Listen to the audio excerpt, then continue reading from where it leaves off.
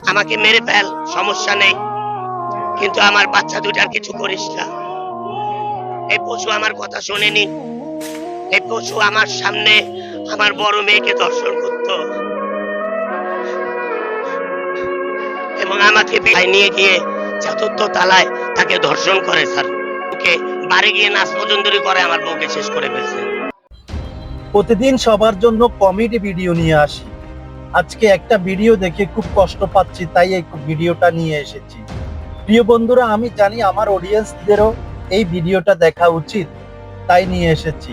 খুব কষ্ট লাগছে এই ভিডিওটার কারণে, তাই আমি ভাবছি আমার যেসব ভিউয়ার্স আছে তারাও আমার এই ভিডিওটা দেখো।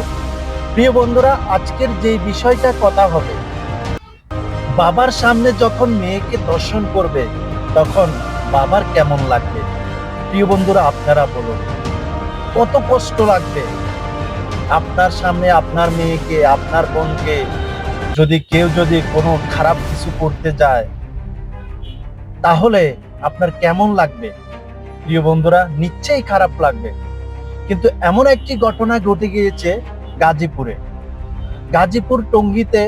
এক লোক, তার ওয়াইফ একটি গার্মেন্টস ফ্যাশনে কাজ করতো, সেখানে একজনের সাথে তার সাথে ভাই বোনের রিলেশন হয়।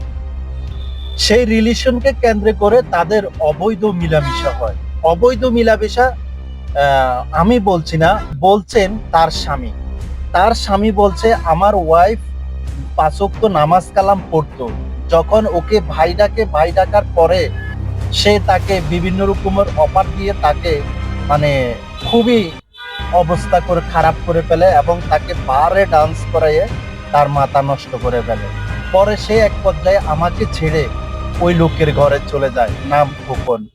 সেই লোকটির বাড়ি হলো নোয়াখালী সাতখিলে। সোজা কথা প্রিয় বন্ধুরা, রহস্যময় ঘটনা, একেবারে মর্মান্তিক ঘটনা, যে ঘটনা দেখলে আপনার নিজের চোখের পানি ধরে রাখতে পারবেন না। ভিডিওটা আপনি মন দিয়ে দেখুন, ভালো লাগবে ভাই। কারণ এই ধরনের মানুষগুলো আসলে দেশটাকে নষ্ট করছে, সমাজটাকে নষ্ট করছে। যে বোন ডাকছে, বোনের মেয়েকেও নষ্ট করছে এবং বোনকেও নষ্ট করছে, তার স্ত্রীকেও নষ্ট করছে এবং তার সন্তানকেও নষ্ট করছে, তাও আবার নিজের চোখে, এবং তাকে পাগল বানিয়ে ফেলেছে। তো প্রিয় বন্ধুরা, আসলে টাকা থাকলে এবং খারাপ মানুষরা এই ধরনের কাজগুলো করতে পারে। তো আজকে চলুন আমরা ভিডিওটা ধৈর্য সহকারে দেখি। প্রতিদিন তো আমরা অনেক ভিডিও দেখি, কমেডি ভিডিও, তো আজকে আমরা এই ভিডিওটা দেখি। অ্যাকচুয়ালি আমার নাম সাগর, মোহাম্মদ সাগর। আমার গ্রামের বাসা হচ্ছে লালমনিরহাট সদরে। তো আমি গাজীপুর টঙ্গীতে ব্যবসা করতাম, ছোটবেলা থেকেই টঙ্গীতে বড় হয়েছি। এইখানে 2022 সালে আমি যখন ব্যবসা প্রতিষ্ঠান শুরু করি পোশাক বাড়ি নামে, তো আমার বউয়ের সাথে একটা ছেলের সম্পর্ক হয় ভাই বোনের। তার নাম হচ্ছে কামরুল হাসান খোকন। তার গ্রামের বাড়ি হচ্ছে নোয়াখালী চাটখিল। আর টঙ্গীতে সে নবীন প্লাজার দোতলায় সাবা ফ্যাশন গ্যালারির মালিক। তো আমার বউ 5 ওয়াক্ত নামাজ পড়তো, অনেক ভালো ছিল। সেই বউকে বোন বানাইয়া মোবাইল নাম্বার নিয়ে 3 মাসের মধ্যে আমার বউকে বাড়ি গিয়ে নাচ পর্যন্তই করে আমার বউকে শেষ করে ফেলছে।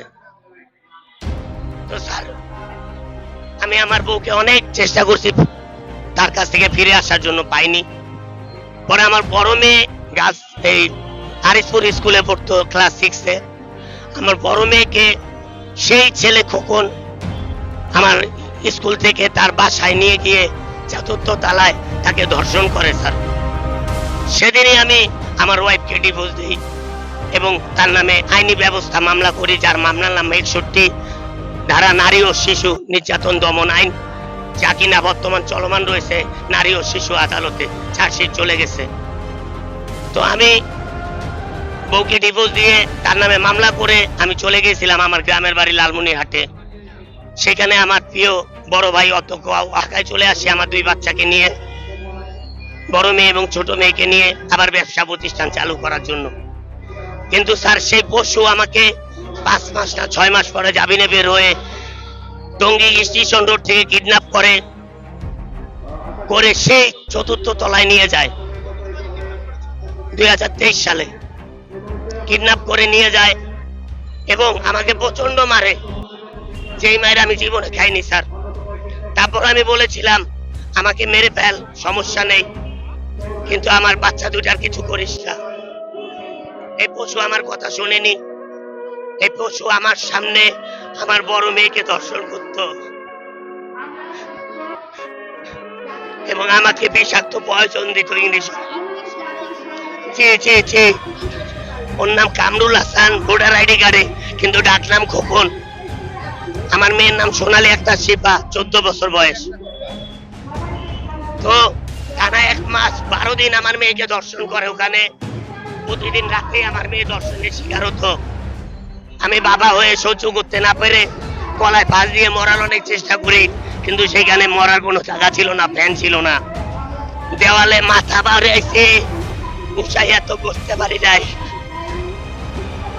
1 মাস 13 দিনের দিন আমাকে একটা বিষাক্ত পয়জন দিয়ে শিরালঙ্গি পরে ছেড়ে দেয়। সেখানে আমার বউ উপস্থিত ছিল, ডিভোর্স প্রাপ্ত বন্দি আনছিল। আমি আমার বউকে বলতাম যে দেখো খোকন খুব খারাপ, ও খারাপ কিছু করতেছে, কিন্তু খোকন আমার বউকে বলতো পাগল হয়ে গেছে, ওকে আটকাও। আর বড় মেয়েকে বলছে, আমার ছোট মেয়ের সামনে ছোট মেয়ে বলবে। বাবা কি বলছে তুমি বলো, জোরে বলবা।